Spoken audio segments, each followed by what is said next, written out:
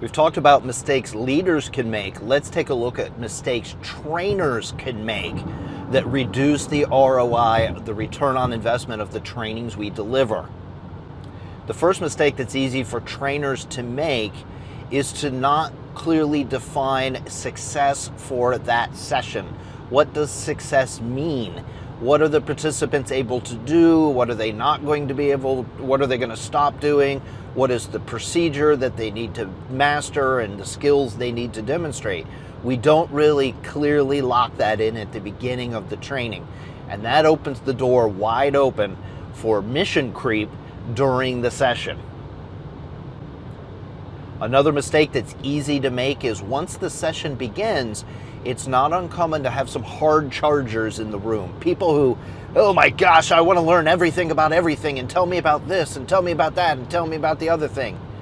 And we don't exhibit discipline to stay focused on the need to know information to meet that session objective. We give in to the temptation to, well, let me tell you about this thing that's really unrelated or that's 12 steps further ahead. Don't do that. That's a mistake because it draws you away from the objective of the session, which is what we're supposed to be focused on.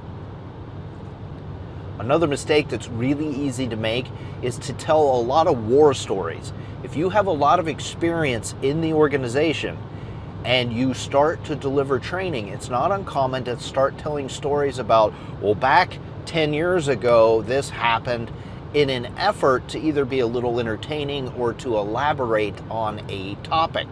That's good. However, you can go a little too far, and next thing you know, you're spending all your time telling funny stories about this thing that happened 27 years ago. Be careful of that because, again, it can draw you away from the need to know information that is going to accomplish the meeting objective. If you're delivering training that's part of onboarding, part of the mission set is to evaluate, can that participant perform the tasks of the role? Can that participant be successful in their job role? That's part of our jobs as trainers, is to make an evaluation. Yes, no, maybe they can be successful.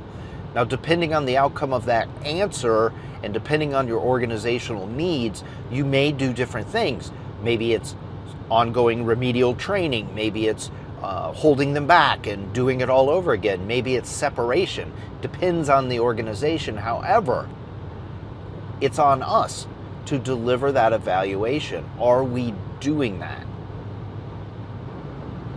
A mistake that really dovetails into that previous mistake is that sometimes as trainers, we think we can save everybody. Here's the harsh reality. Hiring mistakes can be made, and not everybody is suitable for every job role. So let's help them find a job role where they can be successful. Let's find a place in the organization where they can achieve success. But we can't do that. We can't do that if we think we can save everyone. I'm a trainer. I'm awesome. I can make it work. I'm going to spend extra time with this. I've made that mistake myself. It doesn't work. We can't save everybody. Another mistake that's easy for trainers to make, when you interact with leadership, do you focus too much on the details? Are you focusing too much on the details?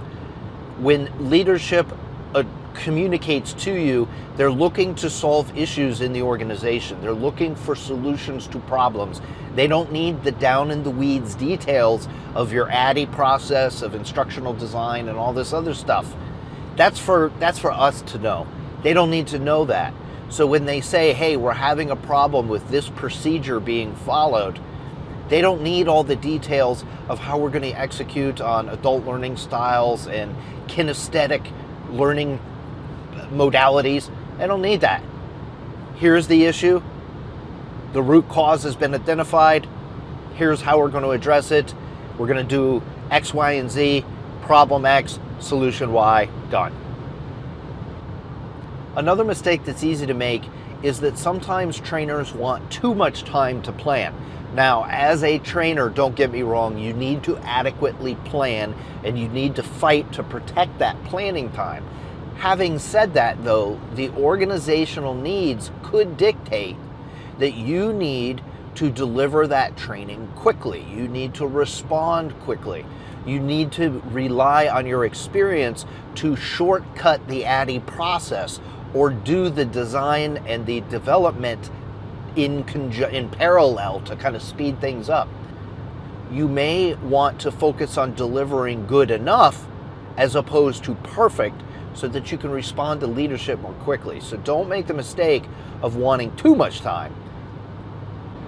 So there's a number of mistakes that trainers can make. Avoid them, and you're going to get much better results on your training sessions.